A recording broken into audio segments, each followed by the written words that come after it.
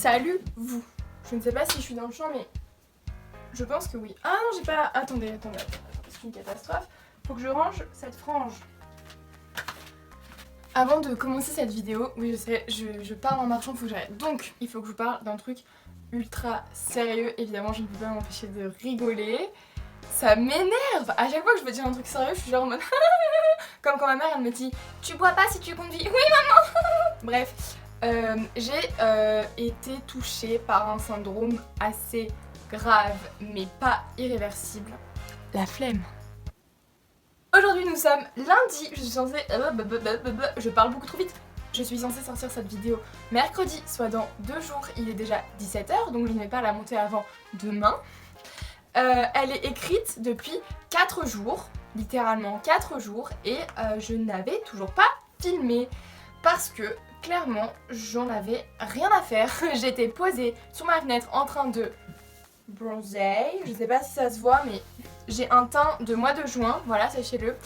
Donc pour remédier à ce problème j'ai mis mon pull plus égal plus, on a vu mes oreilles c'est pas grave, pour me motiver un petit peu. Aujourd'hui, il faut que j'arrête de faire des gestes bizarres avec mes bras parce que j'ai l'air d'une folle. Et je suis folle d'ailleurs en fait. Mais bon, c'est pas pour autant qu'il faut que tout le monde le sache. Aujourd'hui, on se retrouve pour une vidéo qui m'a été demandée sur Instagram. Je vais vous parler de mes études de mode. Alors, j'ai dû tout noter dans un carnet parce que, à vrai dire, j'avais déjà filmé une intro et le début de cette vidéo. Je sais pas pourquoi j'ai ce stylo, mais je n'y arrivais pas parce que j'avais pas du tout écrit ce que je voulais vous raconter et qu'il y a beaucoup de choses à dire. Pour ceux qui ne me connaissent pas, qui viennent d'arriver sur ma chaîne, bienvenue, merci, abonnez-vous pour m'aider à gagner de la YouTube monnaie. Voilà. Pour ceux qui ne me connaissent pas, j'ai fait des études de mode. Il faut vraiment que je ralentisse, on n'est pas pressé, on n'a pas de train à prendre. Donc, dans cette vidéo, je ne reviendrai pas sur l'histoire de harcèlement qui a déjà été évoquée beaucoup trop de fois sur cette chaîne. Donc, je vais vraiment vous parler des aspects techniques, des aspects apprentissage de mes études. Je vais commencer dans l'ordre chronologique évidemment. Donc j'étais en collège classique et arrivée en 3ème, j'ai dû choisir ma voie et tous mes profs me disaient qu'il fallait que j'aille en S parce que j'avais d'assez bonnes notes, on va pas se mentir, hein, j'étais bonne élève, mais j'avais un baobab dans la main. Donc déjà tout le monde voulait que j'aille en S et j'étais genre vous voulez que je redouble ma seconde? C'est hors de question, non merci. En plus de ça, les maths, j'étais forte, je comprenais, mais clairement ça ne m'intéressait pas. La physique-chimie, mais j'étais pourrie en physique. J'avais genre, je sais pas, peut-être 8 de moyenne en physique. Je sais que pour certains c'est énorme, mais moi 8 de moyenne, j'étais genre, c'était ma pire moyenne de toutes les matières. La SVT, n'en parlons pas, j'aimais pas ça. Enfin, toutes les matières scientifiques, j'étais genre, no way. Donc j'ai dit non, de toute façon je voulais vraiment pas faire un bac S.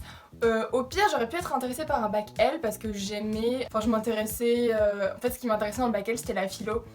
Mais je m'y connaissais pas du tout, genre vraiment j'étais pas du tout instruite là-dessus.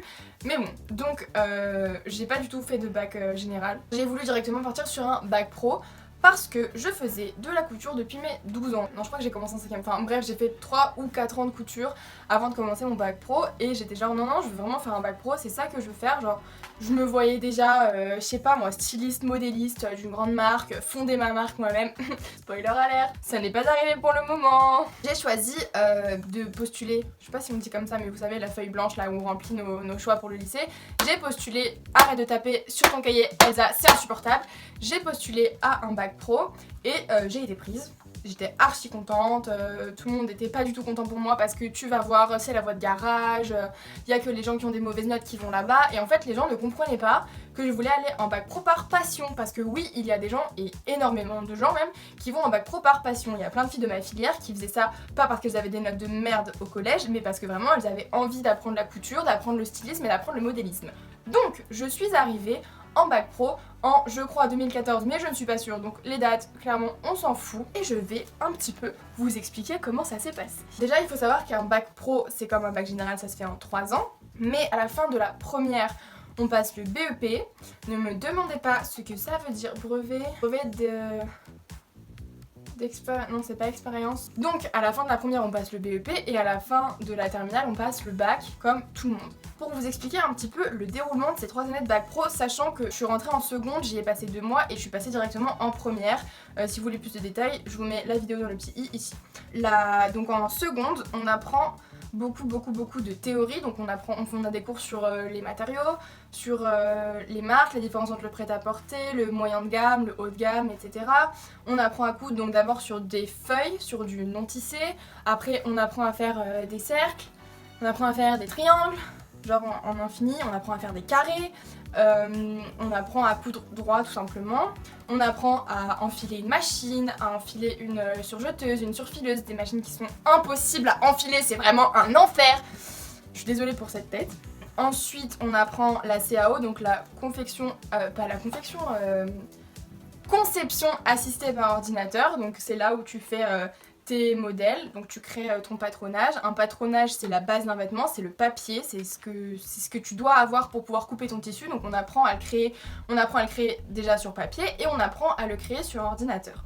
Ensuite on a fait des petites confections, genre des petits sacs, je pense que les secondes elles faisaient aussi des petits débardeurs, mais bon comme je vous dis j'ai pas fait ma seconde, j'ai pas vu tout le cursus de seconde. On apprend aussi les techniques de repassage, très important. On fait des pièces d'études, donc une pièce d'étude, c'est on va t'apprendre à faire différents types de poches. Genre une poche plaquée, une poche passe-poilée, une poche comme ci, une poche comme ça. J'ai pas d'autres exemples, je ne me souviens pas, je suis désolée. On t'apprend à faire des poignets, des cols, des braguettes, enfin bref. Tout ce qui peut potentiellement constituer un vêtement. Genre on va t'apprendre à un poignet seul, on va t'apprendre à faire un boutonnage, on va t'apprendre à faire un col, machin.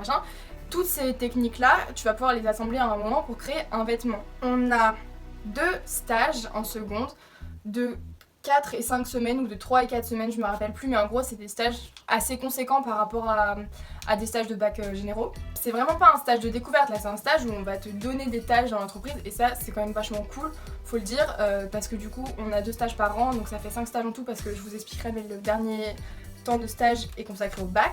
Je crois que je vous ai tout... Ah non, on apprend aussi l'entretien, donc c'est tout ce qui va être repassage, tout ce qui va être comment enlever les tâches, enfin ça je l'ai plus vu un peu plus tard, mais on apprend, comment ça s'appelle, test de résistance, résistance au feu, résistance à l'eau, résistance à ci, résistance à ça, résistance à truc, résistance à bidule. Les essais les essais matières, c'est tout ce que je vous disais, donc brûler les tissus, etc. Faire des tests de résistance à l'eau, machin, donc en gros t'avais tout plein de trucs sur les matières. En fait j'explique trop mal parce que déjà j'aimais pas cette matière, mais en gros genre tout ce que... Elle doit permettre la transpiration tout en restant parfaitement imperméable, elle doit être souple, enfin toutes les caractéristiques qu'on avait besoin. Et du coup par rapport à ça on faisait des tests labo, etc. Bref, des tests, en veux-tu en voilà, j'en pouvais plus. Mais en plus, je crois que ça, on les a vus en première. En fait, le problème avec moi, c'est qu'étant donné que j'ai fait ma seconde et ma première la même année, je vous condense un petit peu les 2 années en une. Donc ça va être difficile de vous dire, ah bah on fait ça en seconde et ça en première, parce que moi j'ai tout vu en même temps. Donc ensuite, on passe en première. On commence à faire des confections un peu plus grosses, des vêtements plus conséquents. On met vraiment en pratique toutes les techniques qu'on a apprises, genre les cols, les machins, les trucs que je vous ai expliqués il y a 3 secondes là. On a toujours 2 stages de 4 et 5 semaines il me semble, ouais c'est ça. À la fin de la première on passe le BEP. Voilà, je sais plus si ça se déroule sur 2 ou 3 jours, mais en tout cas voilà, ça se déroule sur 2 ou 3 jours où vous avez un vêtement qui est déjà découpé et en fait il faut le monter suivant une gamme de montage. Putain, j'ai oublié de vous parler de ça. On apprend à faire des gammes de montage aussi en seconde. Une gamme de montage, c'est toute l'explication qui va te servir à créer un vêtement de A à Z. Ça peut être très long. Donc on passe le BEP en fin de première. Moi je n'ai pas pu passer, enfin j'ai passé mon BEP mais je l'ai pas passé. Alors en gros j'ai fait l'épreuve mais j'étais pas notée parce que j'avais, je sais pas quoi, pas pu m'inscrire à temps comme j'étais passée en première entre temps, enfin bref. Ça a été encore tout un bordel ça. On va pas s'attarder là-dessus, c'est pas très grave, ça ne m'a pas manqué d'avoir mon BEP. Et ensuite en terminale, c'est tout ce qui est vraiment préparation du bac. Donc on révise encore toutes les techniques, les pièces d'études, on insiste sur les trucs qui vont être essentiels au bac. En général les profs savent à peu près où on va aller pour le bac, donc elles nous aiguillent genre bon bah les filles révisez telle pièce d'études, révisez tel truc parce que vous avez des genres de carences là-dessus et tout. Donc ah oui, j'ai oublié de vous parler aussi, mais on fait beaucoup de dossiers techniques, donc dans les dossiers techniques on met, comme je l'ai dit, les gammes de montage, on met des diagrammes, on met tous les tests qu'on fait sur nos tissus, on met les croquis, le patron en CAO, enfin bon. Un dossier technique c'est très complet, comme un dossier technique pour faire une voiture par exemple, sauf que là bah, c'est pour faire genre une veste, une robe, un pantalon, etc.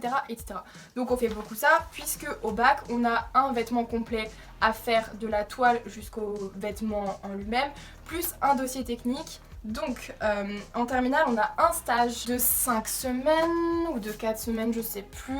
Et le deuxième temps de stage est consacré à une épreuve qui s'appelle le 120 heures. Parlons-en du 120 heures. C'est la pire chose, c'est la pire invention du monde. En gros, 120 heures, ça équivaut à 4 semaines de travail du lundi au vendredi, mercredi inclus, où tu n'as déjà pas de récré, donc tu ne peux pas décompresser, où tu dois être en silence total. Alors, il y avait un truc positif, un truc très positif parmi tant d'autres, on avait le droit d'écouter de la musique dans nos écouteurs parce qu'en gros on avait interdiction totale de se parler pendant le 120 heures. En fait c'est 4 semaines où tu réalises ton projet de bac, donc c'est 4 semaines où tu es suivi, tu as des oraux à chaque fin de semaine, tu fais tes toiles, tu fais ton vêtement, tu fais ton dossier technique, tu dois montrer l'avancée au prof pendant tes oraux, etc. Et à la toute fin de ces 4 semaines, tu as un oral qui clôt le projet, donc où tu présentes ta toile, ton vêtement, ton dossier technique, tout ce que tu as mis en œuvre pour arriver à tes fins, pour aboutir ton projet, etc. Et ça, c'est extrêmement long, c'est intense, c'est pas invivable, mais vu la situation dans laquelle on était avec mes copines, c'était moyen, voilà. Mais voilà, en gros, tu as 120 heures, donc 4 semaines, je crois que c'est 4, je sais plus si c'est 4 ou 5, mais c'est 4, ouais je crois que c'est ça, c'est 4 semaines, où tu es en atelier 24 heures sur, enfin non, pas 24 heures sur 24, mais de 8h du matin à 18h le soir en fait. 30 et 30, 60, 60 et 60, 120, exactement, 30 heures par semaine. Merci. Ça c'est juste ce qui se passe en atelier. On avait 15 heures d'atelier par semaine environ, 15-16 heures chaque année, que ce soit seconde, première, terminale. On avait en gros la moitié de la semaine en atelier, le reste du temps on avait que 1h30 à réappliquer, ce que je trouve qui est très peu. On avait toutes les matières générales, français, anglais, maths et physique, c'était ça je kiffais, j'avais des trop bonnes notes en plus. Et on avait PSE, donc prévention santé environnement, c'est en gros comment ça marche dans une entreprise, comment tu dois attraper un carton pour ne pas te faire mal au dos, comment les caissières elles ont mal au dos parce qu'elles passent 800 produits dans l'heure de gauche à droite, bref, tous des trucs comme ça en gros sur le monde du travail. Éco-gestion, donc qui t'apprennent concrètement à pas manager, mais genre à créer une entreprise, PME, P machin, P truc, grande à moyenne entreprise, nanana. Ne me demandez pas vraiment mes cours d'éco-gestion, genre je sais que c'est hyper important, mais en fait j'ai jamais vraiment accordé moyenne de l'importance, ni trop compris, ni trop suivi. J'avais pourtant des super profs d'éco-gestion, mais donc le bac pro c'est pas vraiment insurmontable en soi quand tu as des profs cool.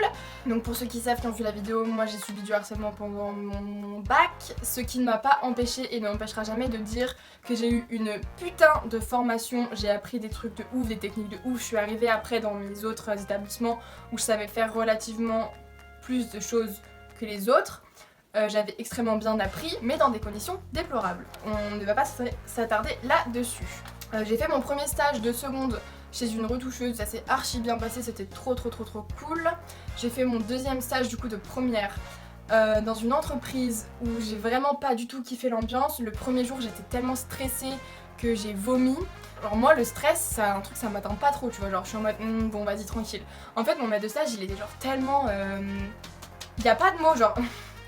Je sais pas, en fait il m'impressionnait, il me faisait peur, en plus il me parlait un peu mal et tout.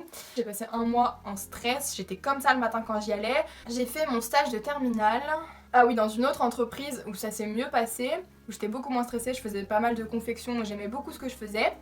Et donc après le 120 heures. Ensuite, donc arrivé au Parcoursup, c'était pas... Si c'était Parcoursup déjà. Donc, bref, arrivé au moment où tu choisis tes vœux pour après... Je ne voulais pas continuer dans le BTS, je crois que c'est le BTS design de mode, bref, le BTS qui suit le bac pro métier de la mode, j'étais genre no way. Donc j'avais postulé pour un DTMS, diplôme de technicien des métiers du spectacle. Et j'avais été sur liste d'attente, j'étais 5ème sur les attentes peut-être. Il y avait 15 places dans la classe, donc 5ème j'avais peu de chance d'être prise en soi. Donc il m'avait appelé pour me dire voilà vous êtes 5ème sur liste d'attente, votre dossier a beaucoup plu mais vous êtes mineur. Parce que du coup quand j'ai eu mon bac j'avais 16 ans, j'allais avoir 17 ans dans l'été.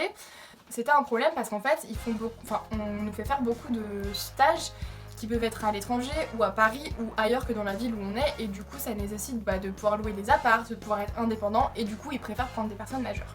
Donc moi j'étais en liste d'attente, j'étais un peu genre comme ça. Combien de fois j'ai fait ce geste dans la vidéo? J'étais comme as, genre vraiment j'étais pas bien. Du coup, avec ma mère, on a décidé que j'allais m'inscrire à Sub de Mode, donc qui est une école de mode à Lyon, dans le même genre que S-Mode. Donc j'ai été prise direct, genre tu remplis les papiers, tu fais un chèque et t'es pris quoi. C'est hyper dégradant ce que je dis, mais vraiment j'avais l'impression d'acheter mon diplôme. J'avais fait mon petit chèque et tout, j'étais bien contente, j'étais prise, et genre 2-3 jours, peut-être max une semaine après que j'ai été acceptée à Sub de Mode, j'ai reçu un appel du lycée du DTMS qui me disait bah du coup les places sont libres, vous pouvez, vous êtes acceptée en gros dans la formation. Et j'étais genre j'ai déjà fait le chèque d'inscription à Sub de Mode. Et à la fois, Sub de Mode, c'était pas un choix par défaut, genre c'était vraiment une école qui m'attirait. Une de mes maîtres de stage avait été là-bas et du coup m'avait raconté genre comment ça se passait et tout, et ça me paraissait une bonne école en soi.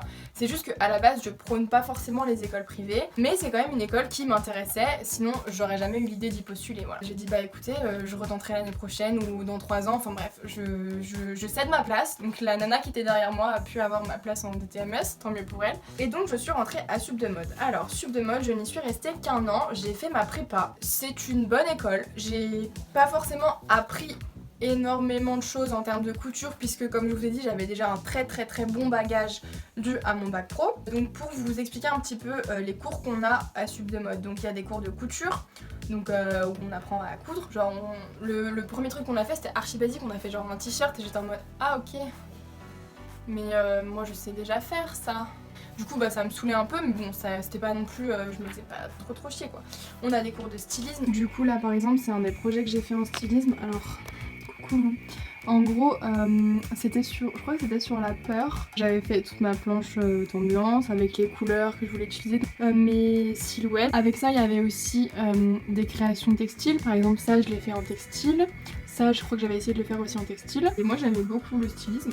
Il y a aussi où du coup on apprenait par exemple à dessiner des silhouettes.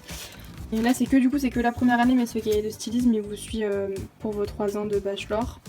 Là c'est quand on apprenait à faire des ombres et lumière, donc en gros on avait quadrillé toute la photo et on devait reproduire le dessin. Je crois que j'avais eu 18 il me semble. En bref j'étais refaite. Ça c'était horrible, il fallait refaire des visages pour en gros ensuite pouvoir intégrer des visages à nos silhouettes. Chose que j'ai toujours ratée. On devait faire des dupes. En gros c'était le jeu des 7 différences, il fallait modifier. Donc ne regardez pas les têtes, regardez juste les créas. Ma préférée en termes de ça, parce que celle que j'avais fait je l'aimais pas.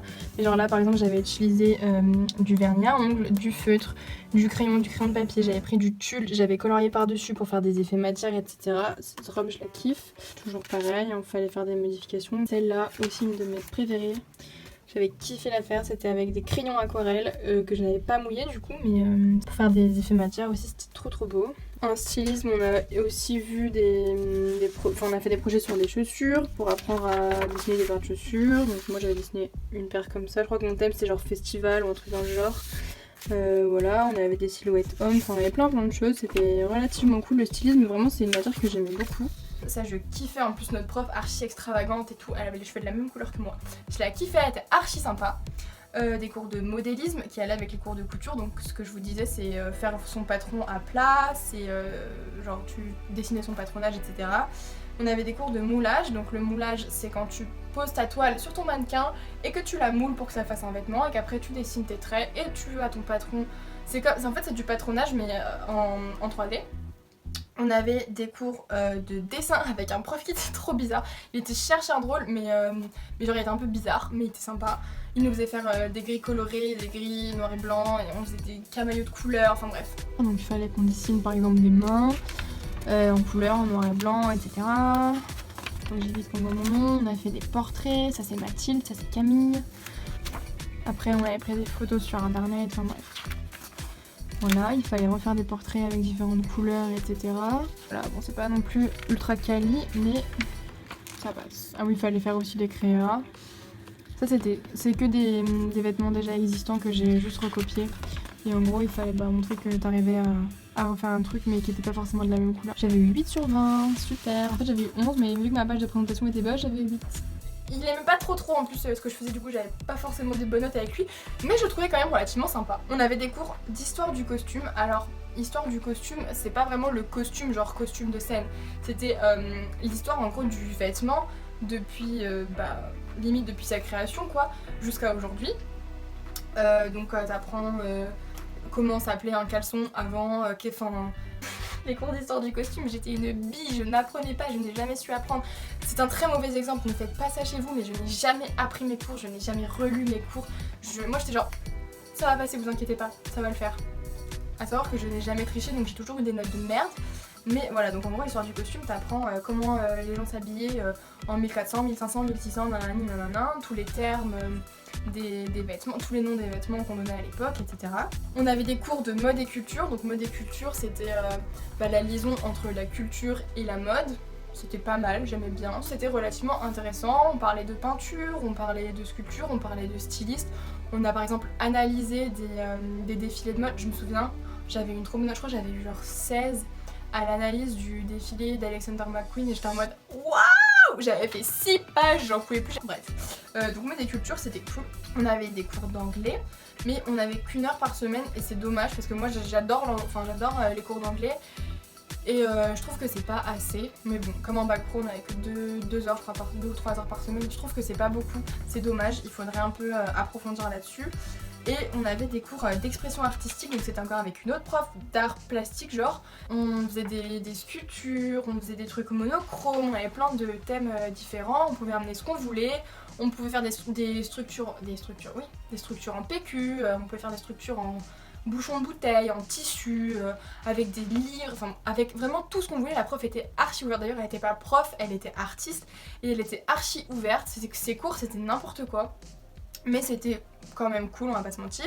Et on avait infographie, mais genre vraiment ma prof d'infographie, c'est ma prof préférée je crois de toute ma scolarité, enfin une de mes profs préférées de toute ma scolarité. Et du coup on apprenait en prépa t'apprends surtout les bases en fait de InDesign, Photoshop et il y en a un troisième de la suite Adobe, je sais plus. Si je m'en rappelle, je vous le mets là. À la fin de l'année, t'as un stage en entreprise. Je crois que le mien, il était de 3 mois obligatoirement. Mais je suis retournée sur leur site et apparemment, c'est juste un stage découvert. Donc il n'y a pas de durée limitée. Enfin, il n'y a pas de durée minimum imposée. Après ta prépa, tu peux faire un bachelor stylisme modélisme. Avant tu pouvais faire un BTS stylisme, mais j'ai regardé sur le site et apparemment tu peux plus le faire non plus. Enfin si j'ai bien compris ça n'existe plus. Tu peux faire un bachelor marketing et communication de la mode et du luxe, mais je crois que t'as pas besoin de faire la prépa pour ça. Enfin il faudrait s'informer si jamais vous êtes intéressé par l'école sup de mode. J'ai plus trop les bases là en soi. Et après tout ça tu peux faire un master directeur de développement de produits de mode. Donc à savoir que l'année de prépa à l'époque où j'y étais, elle coûtait 6800 €, dont les 1500 € d'inscription que tu payes en début d'année. Et après, soit tu payes tout d'un coup, soit tu payes par palier, je crois. Je ne sais plus exactement. Et là, j'ai regardé sur leur site, la première année, donc l'année de prépa, est à 7100 €, donc elle a augmenté de 300 €. Et une année de master est à 8500 € pour vous situer un petit peu. Du coup, pour vous parler du rythme, c'est un rythme déjà beaucoup plus intensif que le bac pro. On avait des projets de stylisme, on avait du travail perso à faire à la maison. Alors vraiment moi je suis le genre de nana qui s'y prend relativement à la dernière minute. Il m'est arrivé de faire des nuits blanches à avoir sur mon lit toutes mes affaires, tous mes feutres, tous mes crayons, tous mes stylos, toutes mes feuilles, ma pochette raisin, un pot de pasta box au micro-ondes et moi au milieu de tout ça à 4h du matin en train de finir mes collections. Mais ça c'est ma faute clairement, c'est pas qu'on avait pas le temps, ça c'est archi faux. Si un jour on vous dit non mais on n'a pas le temps, c'est faux. On ne prend pas le temps, on fait tout à la dernière minute, mais j'ai fait des super trucs en stylisme et j'ai kiffé. Donc ça demande beaucoup de travail perso et de recherche et d'investissement. Travail à la maison, j'ai écrit quoi là ? création. Ah oui, parce que, enfin voilà, c'est bien d'avoir une machine chez soi parce qu'il y a des machines à l'école, mais tu peux t'avancer sur tes projets si t'as une machine à la maison. Il y a des gens qui n'en avaient pas, par exemple. Ah oui, il y avait un truc qui me saoulait un peu, c'est qu'il y avait cette question de rentabilité en fait. Genre notre prof de stylisme, qui était vraiment formidable et qui m'a appris de super trucs, était beaucoup dans la rentabilité. Genre oui, mais si tu fais une collection comme ça, il faut que tu te penches plus sur l'aspect commercial, sur comment ta collection va être vue par les acheteurs, etc. Enfin, il y avait toujours un truc où tu créais, mais dans le but de vendre, pas juste pour créer. Et moi, j'étais plus genre en mode, bah en fait, pour le moment, je suis encore à l'école et je t'avoue que là, j'ai pas envie de vendre ce que je suis en train de dessiner. Je le fais pour moi, c'est un projet qui me tient à cœur, j'aime beaucoup ce que je fais. Et il y avait ce truc de se dire toujours, ouais, mais il faut que ça vende, il faut que ça vende, il faut que ça vende. C'est comme ça, l'industrie de la mode, c'est comme ça. Et c'est vrai, l'industrie de la mode, c'est comme ça, et c'est aussi pour ça que je l'ai quitté. Parce que moi, je suis plus trop dans ce truc de faut que ça vende, faut que ça marche, faut que machin. Je suis plus genre, bah faudrait que ça dure, faut que j'aime bien, faut que ça me plaise, que ce soit confortable, etc. Bref, on va pas s'étaler là-dessus, j'en ai parlé sur une vidéo sur les friperies. Ce qui était bien aussi avec les cours de stylisme, c'est qu'une fois par mois ou tous les 2-3 mois, on allait chez Zara. En fait, il faut savoir que l'école sup de mode, elle est à Confluence, elle est juste à côté du centre commercial, genre vraiment à 2 pas. Et une fois par mois ou tous les 2 mois, on allait à Zara. Et en gros, bah, on observait les tenues, on regardait les matières, on regardait les couleurs, les coupes, et on faisait un espèce de compte rendu pour dire, bah voilà, en ce moment, ce qui est à la mode, c'est le noir, les froufrous, les paillettes, le machin, le truc, le bidule. Et ça, c'était relativement cool parce que du coup, on faisait un peu notre shopping, enfin, on faisait pas notre shopping, mais on faisait notre repérage de shopping à l'époque où j'achetais encore des vêtements neufs. Même si Zara, c'était pas trop ma cam parce que c'était très cher. Donc en soi, sup de mode, c'est une bonne formation pour quelqu'un qui a des bases légères, mais pour quelqu'un qui a déjà fait genre un bac pro ou quoi. C'était un peu difficile pour nous de revoir toutes les bases, c'était un peu relou, mais en soi, je vais pas vous mentir, c'est quand même une bonne formation. Mais voilà, ça a un prix et moi en fait le fait de payer une école, je me sentais très mal, j'avais l'impression qu'à la fin j'allais payer mon diplôme. En plus c'était même pas moi qui payais, c'était mes parents parce que moi à l'époque je bossais que pendant les vacances du coup. Et je me sentais archi mal que mes parents payent mon appart, que mes parents payent mon école, que mes parents payent ma bouffe, que mes parents payent tout. Et le fait aussi cumulé à ça de pas trop apprendre de nouvelles choses, j'étais genre non, je peux pas rester là, je sais même pas où ça va mener, je veux changer. À la fin de mon année de prépa à sup de mode, donc j'ai fait un stage quand même chez une copine, chez une couturière chez qui j'avais fait mon stage de 4ème, qui m'a accueillie à bras ouverts. Mais franchement c'était pas un stage, c'était en mode elle m'a prise dans son atelier, je profitais de ses machines, elle m'a dit fais ce que tu veux, bref c'était archi cool. Donc et après tout ça j'ai postulé une nouvelle fois au DTMS. Et cette fois, j'ai été acceptée direct, donc j'étais archi contente. Donc là où j'ai fait mon DTMS, c'est un lycée qui le propose en 1 an. La formation en 1 an, elle est disponible donc à Rion, là où je l'ai faite, et à Strasbourg. Il y a 11 autres, je crois, dont un à Lyon, à la Martinière d'Hydro. Les autres, je ne sais plus, mais je crois qu'il y a 11 autres DTMS en France qui proposent la formation en 2 ans. Normalement, c'est une formation en 2 ans, qui peut être suivie après d'un DMA, diplôme des métiers d'art, qui a changé, qui est maintenant le DNMAID. Donc ce qu'on a appris, enfin ce qu'on a à faire là-bas, on apprend le patronage, encore une fois. On a pas mal de cours d'atelier, on a des cours d'entretien, donc c'est tout ce qui est pressing, comment repasser, comment nettoyer, comment laver, comment faire du nettoyage à sec, etc.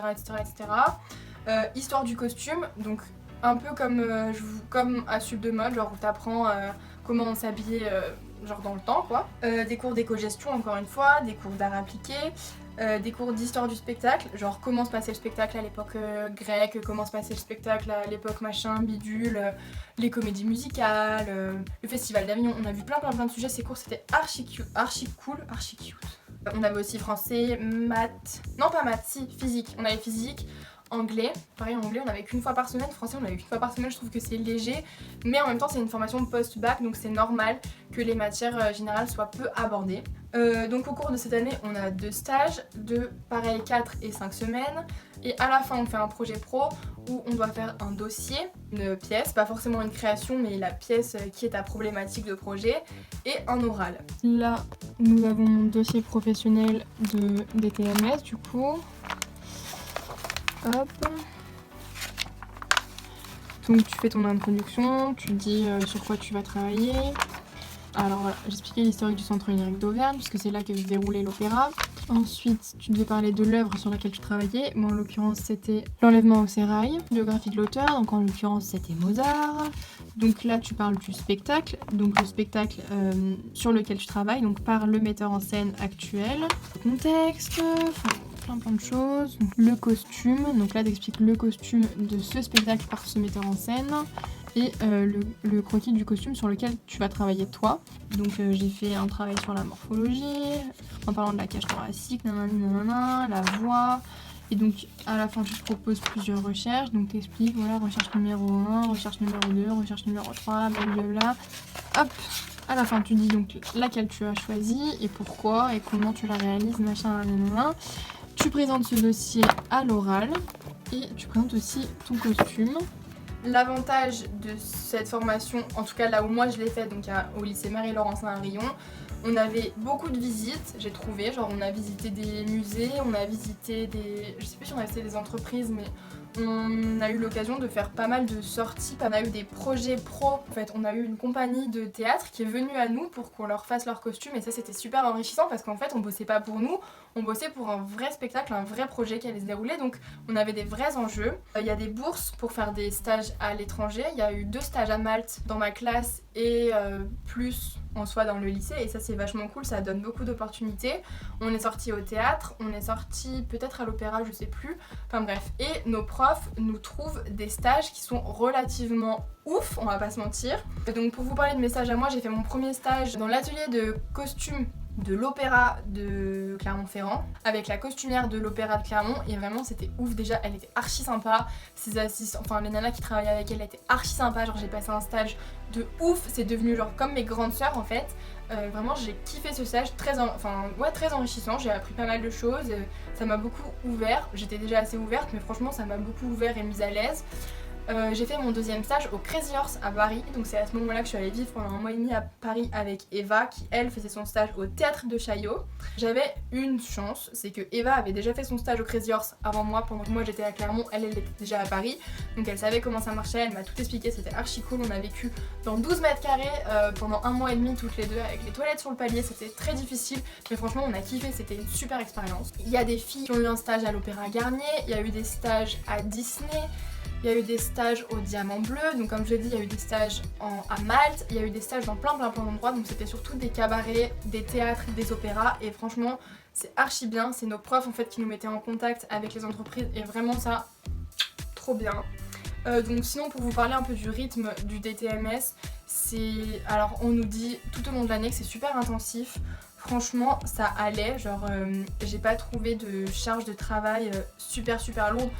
Déjà je sortais de Sub de Mode, donc Sub de Mode où je finissais minuit à 4-5 heures du matin sur mes collections.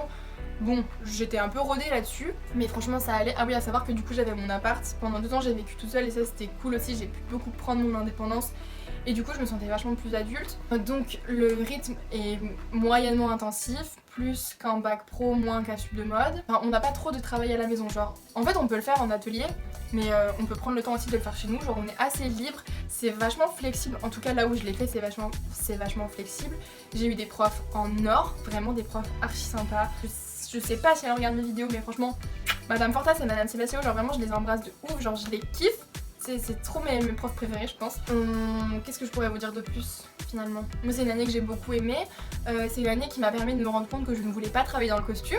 Bien qu'elle a été très enrichissante pour moi, c'est là que je me suis rendu compte que bah c'est un milieu qui était certes très intéressant mais qui ne m'intéressait pas à moi en fait. C'est là aussi que j'ai pris la décision d'arrêter mes études de mode. Alors je vous vois venir, je ne sais pas si c'est un arrêt définitif ou pas. Je ne sais pas si un jour je reprendrai mes études ou pas. Si je les reprends, je ne sais pas si ce sera dans la mode ou pas. Voilà, il y a beaucoup de choses que je ne sais pas. À l'heure actuelle, je fais encore de la couture à titre personnel. J'aimerais reprendre mes études, mais en même temps non, parce que maintenant que j'ai goûté au monde du travail, j'ai fait un service civique, j'ai été jeune fille au père. Après, j'ai eu des tafs d'été, mais je vous en parlerai peut-être dans une autre vidéo si ça vous intéresse. Mais je sais pas forcément si j'ai envie de reprendre mes études. En plus, je me connais et je sais que j'arrive pas à rester en place. Donc si on me dit bah voilà tu pars pour 3 ans, 5 ans d'études de tel truc au même endroit, en fait je me connais, je vais péter un câble, je vais vriller. Et donc je sais pas si c'est une très bonne idée que je reprenne mes études maintenant. Mais du coup voilà un petit peu mon parcours dans les études de mode. Donc aujourd'hui, déjà pourquoi j'ai pas continué dans la mode? Parce que avec toutes les expériences que j'avais eues en bac pro, que ça s'était quand même vraiment mal passé. J'ai développé pas une phobie scolaire, mais un énorme rejet de l'autorité professorale, je crois que ça se dit comme ça. Alors j'ai pas du mal à avoir une hiérarchie parce que j'arrive très facilement à avoir un patron, mais avoir un prof qui se sent prof adulte et qui te considère toi comme un élève enfant, j'ai beaucoup de mal depuis. Puis j'en ai marre en fait des études. Moi j'ai besoin de bouger, je me connais, j'ai envie de voyager. Je pense que c'est pas trop le moment pour le moment. Pas trop le moment pour l'instant. Bref, c'est pas le moment de reprendre mes études, je le sens. Si un jour j'ai envie de le faire, je le ferai peut-être, mais pour le moment, je me sens pas de le faire concrètement. Donc voilà. Cette vidéo touche à sa fin. S'il y a des questions auxquelles j'aurais pas forcément répondu, n'hésitez pas à les poser dans les commentaires. S'il y a des trucs que j'ai oubliés, j'essaierai de vous les mettre dans la barre d'infos, mais je crois que j'ai pensé à tout. J'espère que cette vidéo vous aura plu. J'espère que votre confinement se passe bien. Faut que j'arrête de dire j'espère. Du coup, j'espère que votre confinement se passe bien, que vous vous ennuyez pas trop. On se retrouve dans une prochaine vidéo dimanche. D'ici là, je vous fais plein de gros bisous. Bye!